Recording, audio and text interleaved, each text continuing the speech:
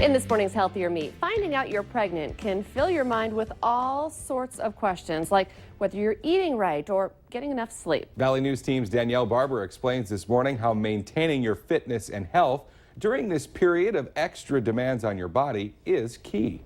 Women are used to living their lives a certain way, and then suddenly many find themselves questioning everything they do. So I spoke with a Sanford doctor to find out which pregnancy myths are true and which aren't.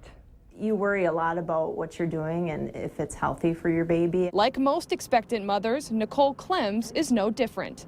Even with her second child on the way, she still says she has concerns. I was worried that I would exercise too much, and so I was surprised that they said that, you know, whatever you were doing beforehand, you can do while you're pregnant. Even if you haven't been exercising before, healthy women without specific medical issues or complications of pregnancy should continue or initiate an exercise program during pregnancy. Dr. Christine Kipe says this is because the risk of developing conditions like gestational diabetes or high blood pressure increases in pregnant women. And so initiating or continuing exercise can help reduce the risk of those conditions. It can also reduce the risk of excessive weight gain in pregnancy that can have complications with birth or neonatal complications. But it isn't just exercise that women have to worry about.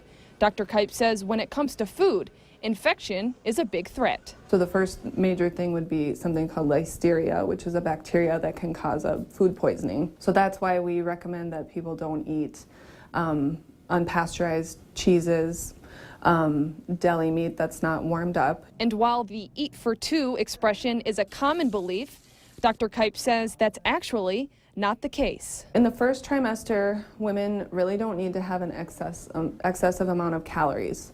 In the second and third trimester, about 300 extra calories per day. But every woman's body is different, and Dr. Kipe says to consult with your doctor before you do anything.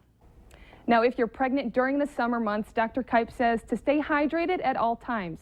She also recommends exercising in water since it's not as hard on the joints. But she says to avoid hot water like a hot tub in the early stages of pregnancy because there's an increased risk of birth defects.